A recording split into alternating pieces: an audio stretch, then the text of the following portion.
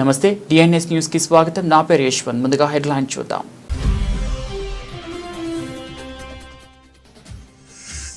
అంతరిక్ష రంగంలో ప్రైవేట్ రంగానికి ప్రధాని మోదీ కొత్త లక్ష్యాలు. రాబోయే 5 ఏళ్లలో 5 యూనికార్న్లు సృష్టించాలని పిలుపు.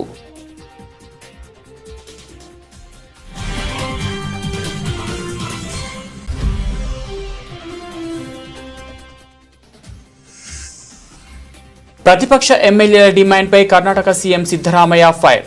బీజేపీ మంత్రులు రాజీనామా చేయలేదేమోనని ప్రశ్న.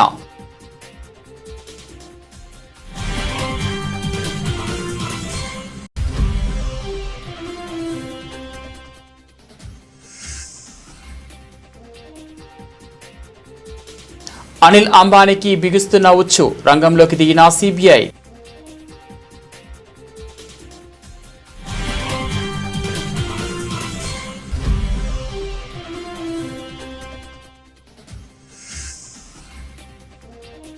ఉత్తరాఖండ్లో మళ్లీ క్లౌడ్ బర్స్ట్. చమోలీలో జల విలయం.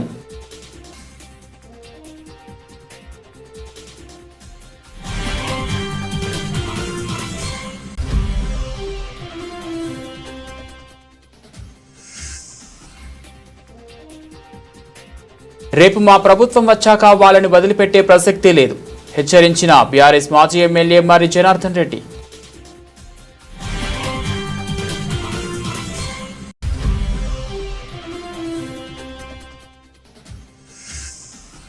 ఎన్డీఏ ఉపరాష్ట్రపతి అభ్యర్థికి మద్దతు ప్రకటించిన చంద్రబాబు నాయుడు. ఎన్డీఏ ఉపరాష్ట్రపతి అభ్యర్థిగా సిపి రాధాకృష్ణన్ను ఎంపిక.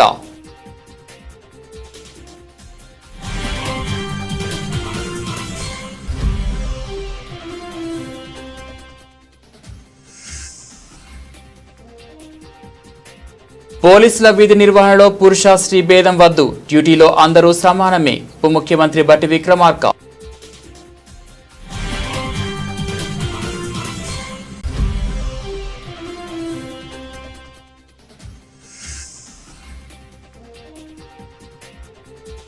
సహస్రను చంపింది పక్కింటి బాలుడే, బ్యాట్ కోసమే మర్డర్.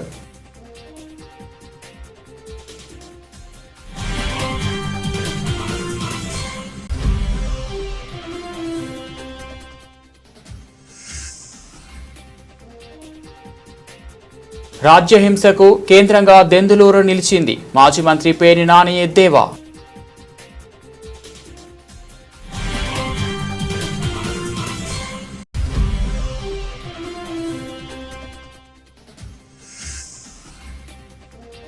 హుస్నాబాద్ నియోజకవర్గంలో మంత్రి పొన్నం ప్రభాకర్ పర్యటన. శ్రీ రేణుకా ఎల్లమ్మ అమ్మవారిని దర్శించుకొని ప్రత్యేక పూజలు చేసిన మంత్రి.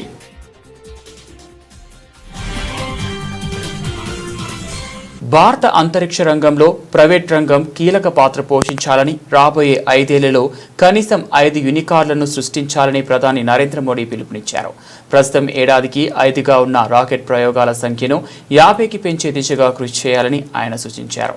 శనివారం జాతీయ అంతరిక్ష దినోత్సవం సందర్భంగా ప్రధాని వర్చువల్ విధానంలో దేశ ప్రజలను ఉద్దేశించి ప్రసంగించారు. గత 11 ఏళ్లలో అంతరిక్ష రంగంలో భారత్ సాధించిన విజయాలను ప్రధాని కొనియాడారు. భారత అంతరిక్ష ప్రయాణం మన శాస్త్రవేత్తల ప్రతిభ, నూతన ఆవిష్కరణలకు నిదర్శనమని ఆయన అన్నారు. ఒకప్పుడు నిబంధనలతో వెనుకబడిన అంతరిక్ష రంగానికి తమ ప్రభుత్వం ప్రైవేట్ భాగస్వామ్యం కల్పించడం ఒక వరంగా మారిందని, ఇది వరుస విజయాలకు కారణమైందని మోదీ వివరించారు. ప్రభుత్వ సంస్కరణల ఫలితంగానే ఈ రంగంలో 350కి పైగా స్టార్టప్లు వచ్చాయని తెలిపారు. అంతరిక్ష సాంకేతికత ఇప్పుడు ప్రభుత్వ పరిపాలనలోనూ భాగమైందని ప్రధాని మోదీ పేర్కొన్నారు.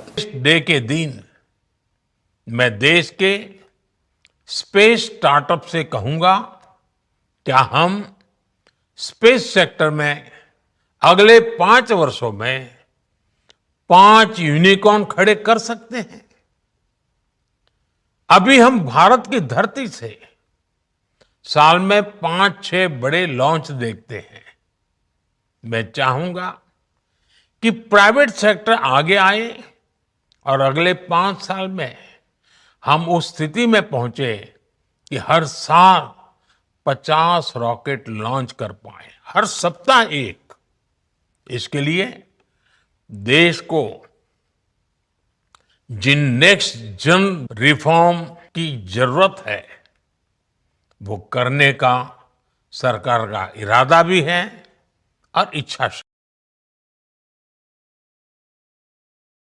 బెంగళూరు చిన్నస్వామి స్టేడియంలో జరిగిన తొక్కిసలాట ఘటన అంశం కర్ణాటక అసెంబ్లీని కుదిపేసింది. ఈ ఏడాది జూన్ 4న జరిగిన ఈ దురదృష్టకర ఘటనలో 11 మంది చనిపోయిన విషయం తెలిసిందే. ఈ ప్రమాదానికి నైతిక బాధ్యత వహిస్తూ ముఖ్యమంత్రి సిద్ధరామయ్య తన పదవికి రాజీనామా చేయాలని ప్రతిపక్ష బీజేపీ ఎమ్మెల్యేలు డిమాండ్ చేశారు. ఈ డిమాండ్పై సిద్ధరామయ్య స్పందిస్తూ బీజేపీ పాలిత రాష్ట్రాల్లో ఇలాంటి ప్రమాదాలు జరిగినప్పుడు అక్కడి ముఖ్యమంత్రులు రాజీనామా చేయలేదేమని ప్రశ్నించారు. 2008 హిమాచల్ ప్రదేశ్లోనైనా నైనాదేవి ఆలయంలో తొక్కిసలాట జరిగి 162 మంది భక్తులు ప్రాణాలు కోల్పోయారని, అప్పుడు కూడా ఆ రాష్ట్రాన్ని పాలించిన బీజేపీ సీఎం ప్రేమ్ కుమార్ ధుమాల్ కూడా రాజీనామా చేయలేదని గుర్తు చేశారు.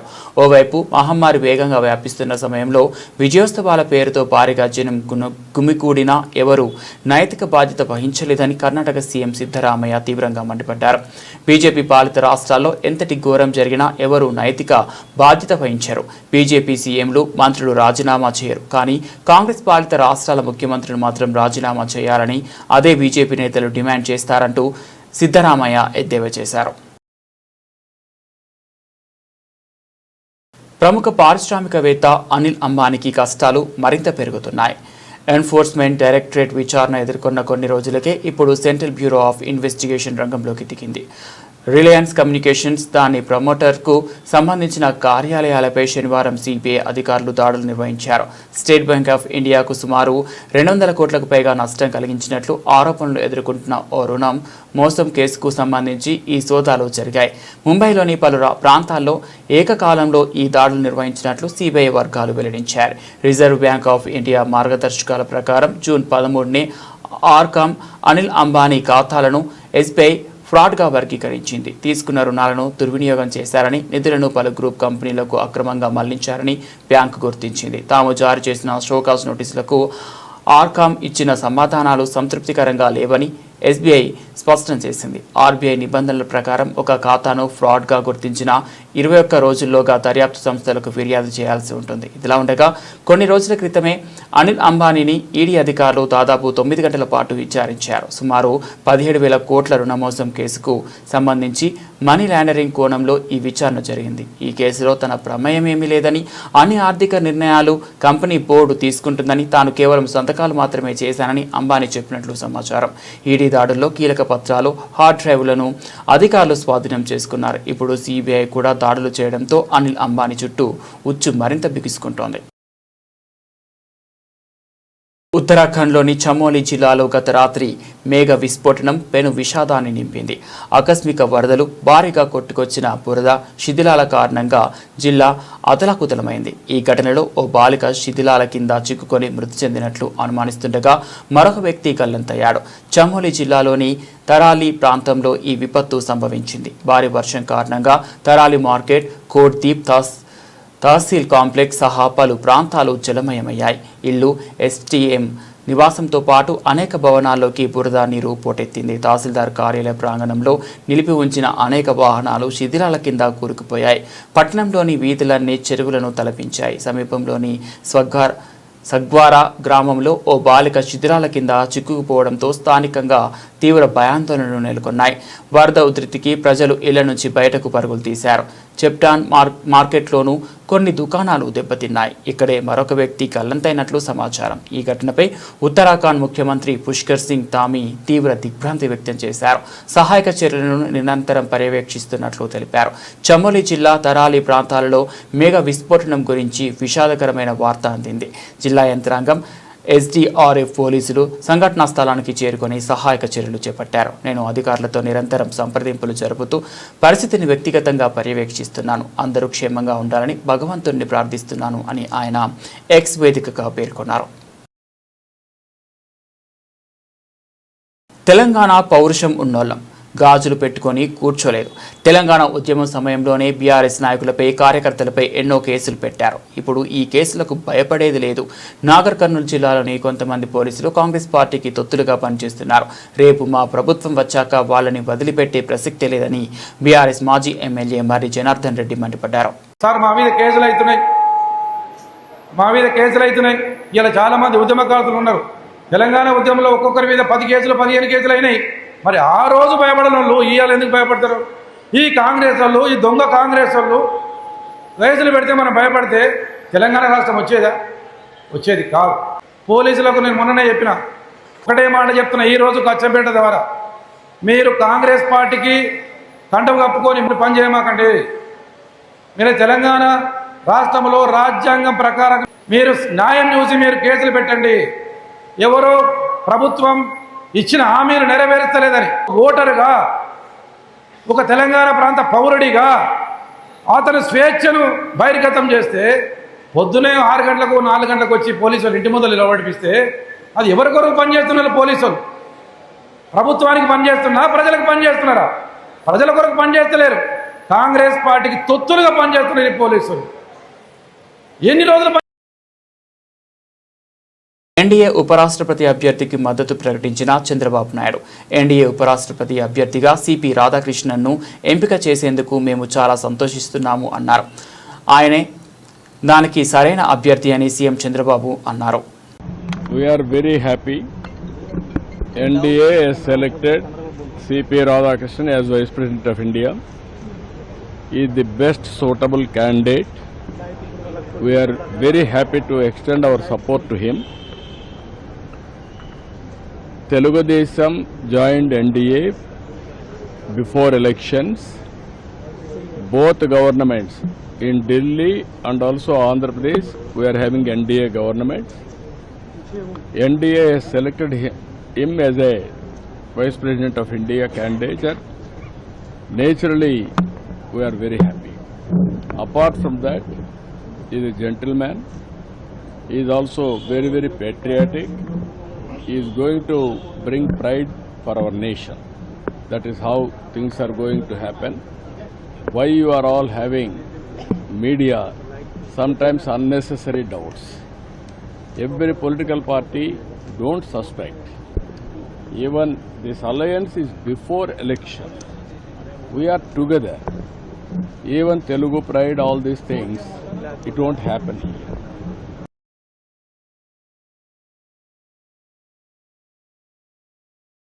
మహిళా పోలీసుల సంక్షేమానికి ప్రభుత్వం కట్టుబడి ఉందని డిప్యూటీ సీఎం బట్టి విక్రమార్క చెప్పారు.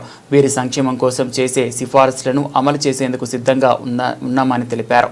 మహిళా పోలీసులలో మహిళ అనే పదాన్ని తొలగించాలన్న సిఫార్సును మంచి ఆలోచనని, ఈ సిఫార్సుతో ఏకీభవిస్తున్నానని వెల్లడించారు. తెలంగాణ పోలీస్ అకాడమీలో శుక్రవారం మహిళా పోలీస్ సదస్సు ముగింపు కార్యక్రమానికి బట్టి ముఖ్య అతిథిగా హాజరయ్యారు. ఈ సందర్భంగా మాట్లాడుతూ మహిళా పోలీస్ సిబ్బంది సమస్యలపై త్వరగతిన కమిటీ వేసి నివేదికను ప్రభుత్వానికి అందిస్తే అమలు చేయడానికి సిద్ధంగా ఉన్నామని చెప్పారు. ఏ రాష్ట్రమైనా అభివృద్ధి చెందాలంటే, పెట్టుబడులు రావాలంటే శాంతి భద్రతలు బాగుండాలని వెల్లడించారు. ఈ 3 రోజులు ఇక్కడి సీనియర్ అధికారులతో 3 టీములతో రాష్ట్రంలో పోలీస్ డిపార్ట్మెంట్ తో పాటు ఫారెస్ట్ డిపార్ట్మెంట్ లో కూడా పనిచేస్తున్నటువంటి మహిళల సమస్యల గురించి చక్కగా ఆలోచన చేసి వాటన్నిటిని అధిగమించడానికి కొన్ని రికమెండేషన్స్ ఇచ్చారు. అందులో మొదటిది నాకు బాగా నచ్చింది. Women constable, women SI, women SP ఏంటి, constable is a constable, SI is SI. So ఆ ఉమెన్ అనే పదాన్ని తీసి కానిస్టేబుల్ గానే మమ్మల్ని చూడాలి, ఎస్ఐగానే చూడాలి, పోలీస్ అధికారిగానే మమ్మల్ని చూడాలని చెప్పినటువంటి ఆలోచన చాలా మంచి ఆలోచన. రిక్రూట్మెంట్ చేసేటప్పుడు అప్పచెప్పేటువంటి బాధ్యతల్లో ఏ ర్యాంకులో అయితే వారిని నియమిస్తున్నామో ఆ ర్యాంకులో ఉన్నటువంటి అన్ని డ్యూటీస్ మెన్ అయినా ఉమెన్ అయినా అదే డ్యూటీస్ చేస్తా ఉన్నారు. అలా చేసేటప్పుడు ప్రత్యేకంగా ఉమెన్ కానిస్టేబుల్ అని, ఉమెన్ ఎస్ఐ అని చెప్పడం కరెక్ట్ కాదని చెప్పినటువంటి మీ అందరి ఆలోచనని రాష్ట్ర ప్రభుత్వం నుంచి మేము కూడా పూర్తిగా ఏకీభవిస్తూ ఉన్నాను.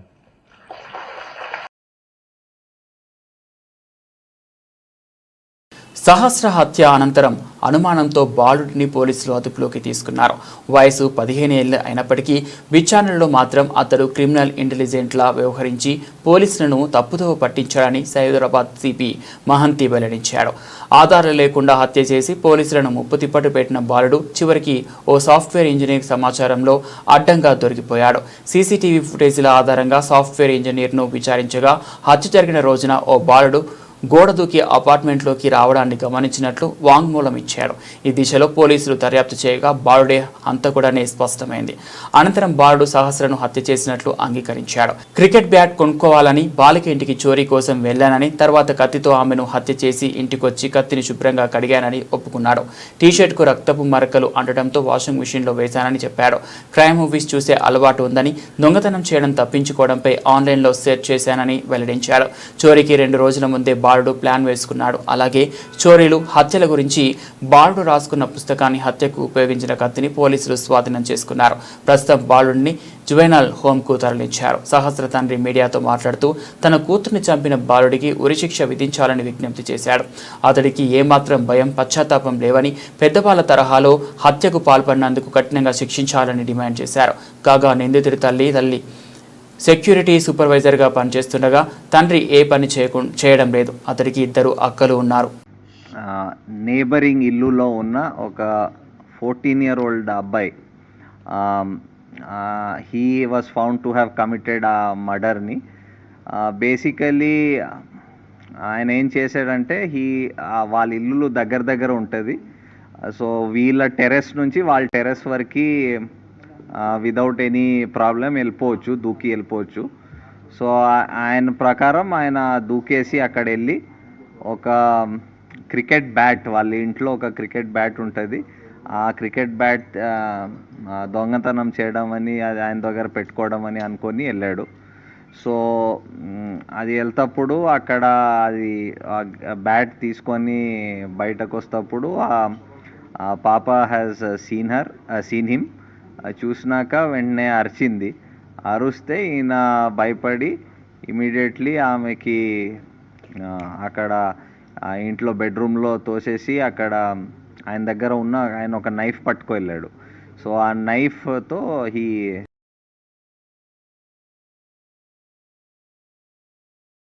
పోలీసులు ప్రేక్షక పాత్ర వహించడం దేనికి సంకేతం? డీఐజీ నుంచి హోంగార్డ్ దాకా ఉద్యోగంలోని ఎంతో సంకల్పంతో వచ్చి ఉంటారు పోలీసులు. రాష్ట్రంలో రౌడీ మూకలు, గూండాల పీచ మణచడానికి కృషి చేయాలి మీరు.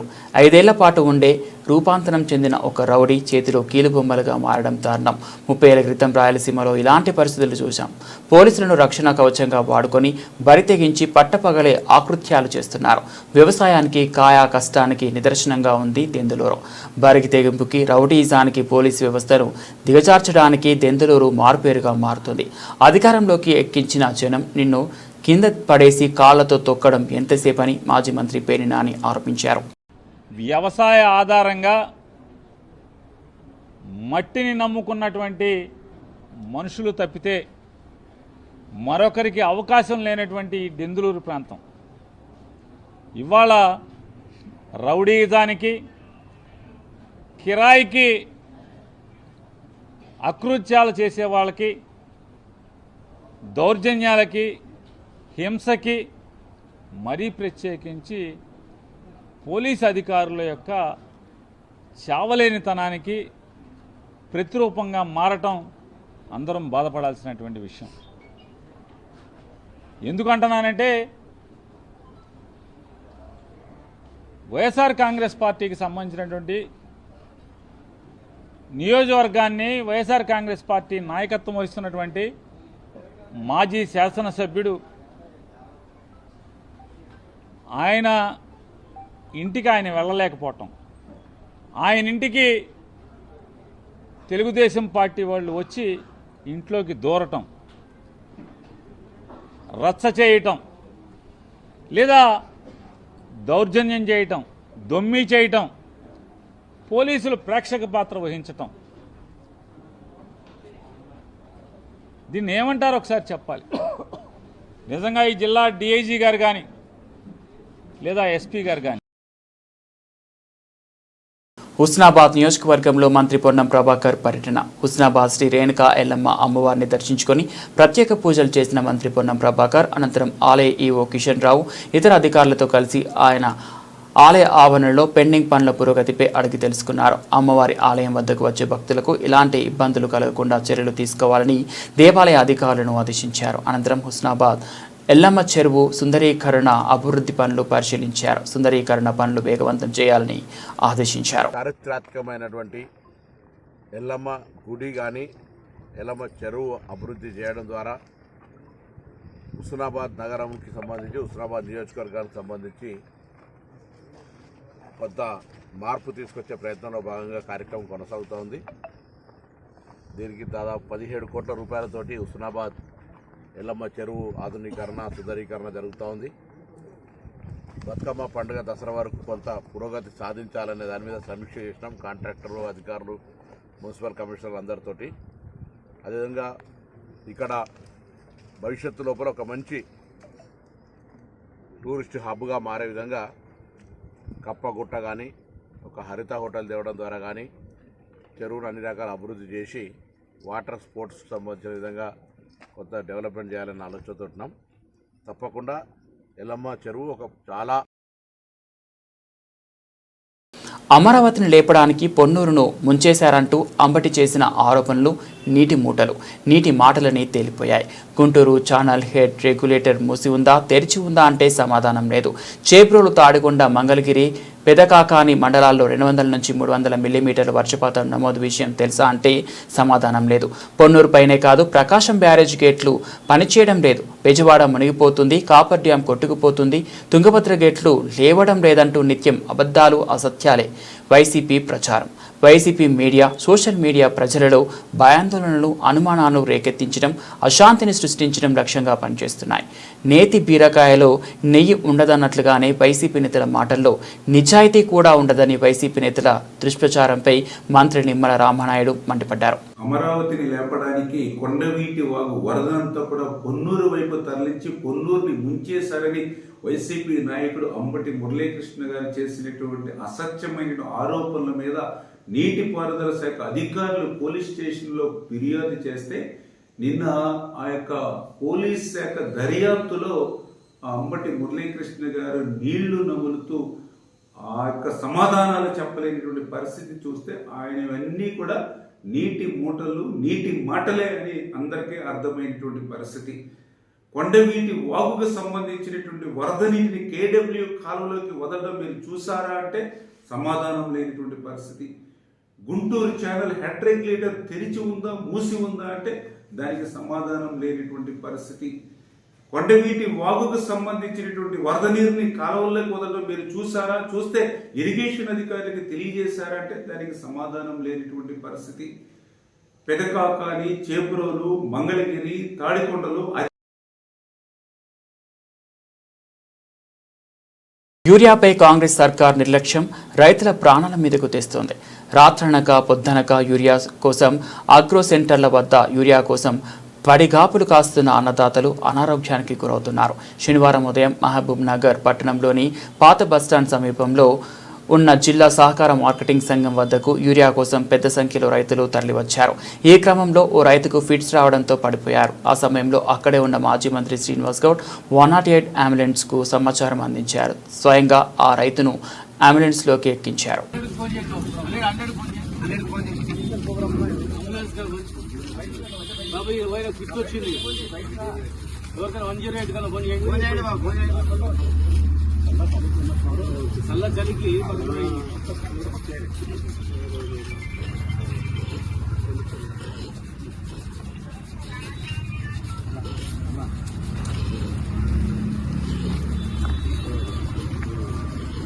తొందరగా ఫోన్ చేయబో మంచి రైట్ అంబులెన్స్ చేయి.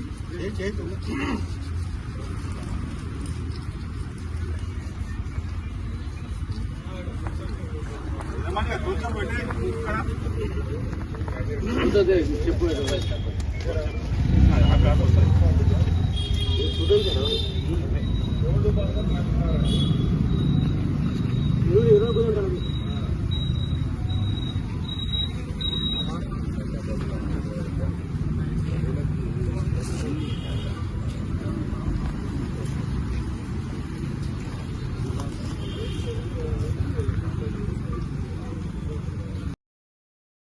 బంగారం తాకట్టుపై రుణం తీసుకోవాలనుకుంటున్నారా?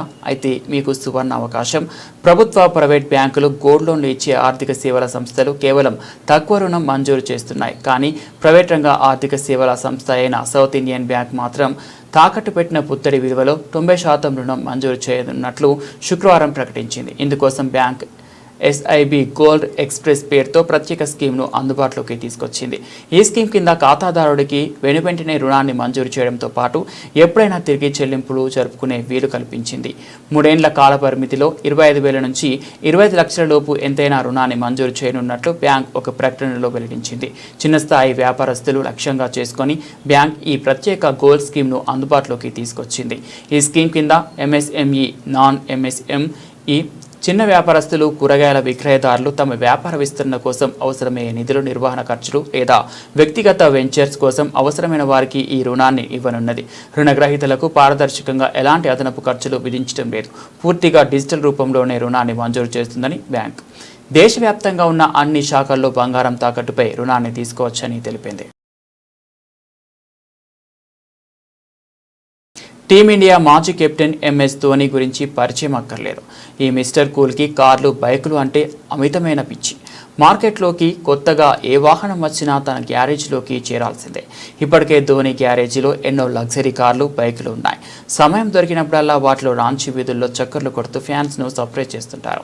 తాజాగా ఇండియన్ ఆర్మీ టీంతో ఉన్న బీస్ట్ కార్లో చక్కర్లు కొడుతూ కనిపించారు. ఇందుకు సంబంధించిన వీడియో ప్రస్తుతం వైరల్ అవుతోంది. కార్ థేకో ప్రకారం ఈ బీస్ట్ కార్ ధర 75 లక్షలు ఉంటుంది. దీని మోడిఫికేషన్ కోసం మరో 5 లక్షల వరకు అదనంగా ఖర్చు అయినట్లు సమాచారం. బులెటిన్ ముగించే ముందు హెడ్లైన్స్ మరోసారి.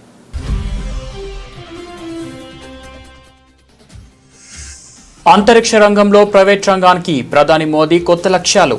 రాబోయే 5 ఏళ్లలో 5 యూనికార్న్లు సృష్టించాలని పిలుపు.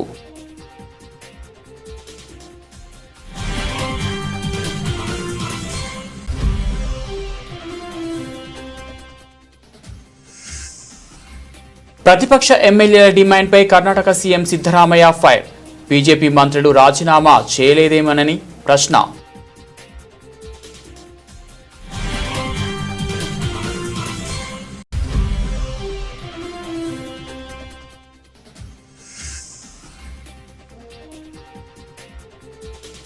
అనిల్ అంబానీకి బిగుస్తున్న ఉచ్చు. రంగంలోకి దిగిన సిబిఐ.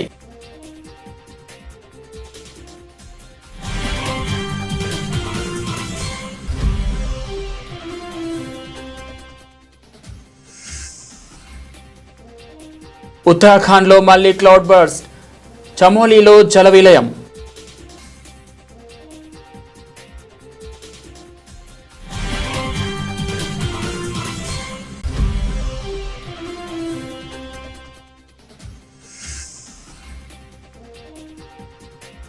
రేపు మా ప్రభుత్వం వచ్చాక వాళ్ళని వదిలిపెట్టే ప్రసక్తే లేదు, హెచ్చరించిన బీఆర్ఎస్ మాజీ ఎమ్మెల్యే మర్రి జనార్దన్ రెడ్డి.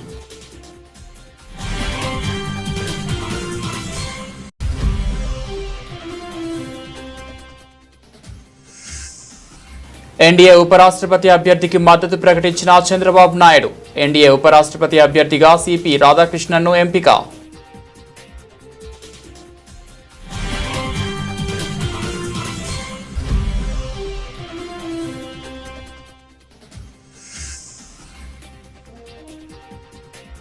పోలీసుల విధి నిర్వహణలో పురుష స్త్రీ భేదం వద్దు, డ్యూటీలో అందరూ సమానమే. ఉప ముఖ్యమంత్రి బట్టి విక్రమార్క.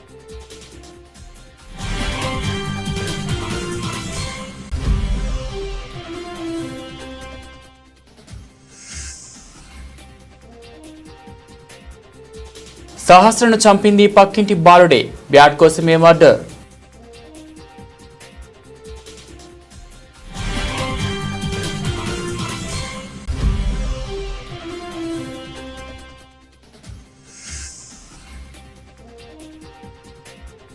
రాజ్యహింసకు కేంద్రంగా దెందులూరు నిలిచింది. మాజీ మంత్రి పేర్ని నాని ఎద్దేవా.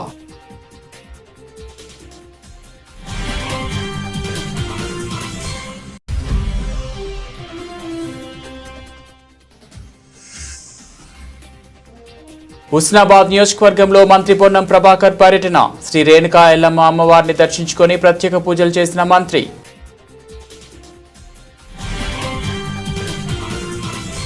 ఇవి బులెటిన్ అప్డేట్స్. మరో బులెటిన్లో మళ్ళీ కలుద్దాం.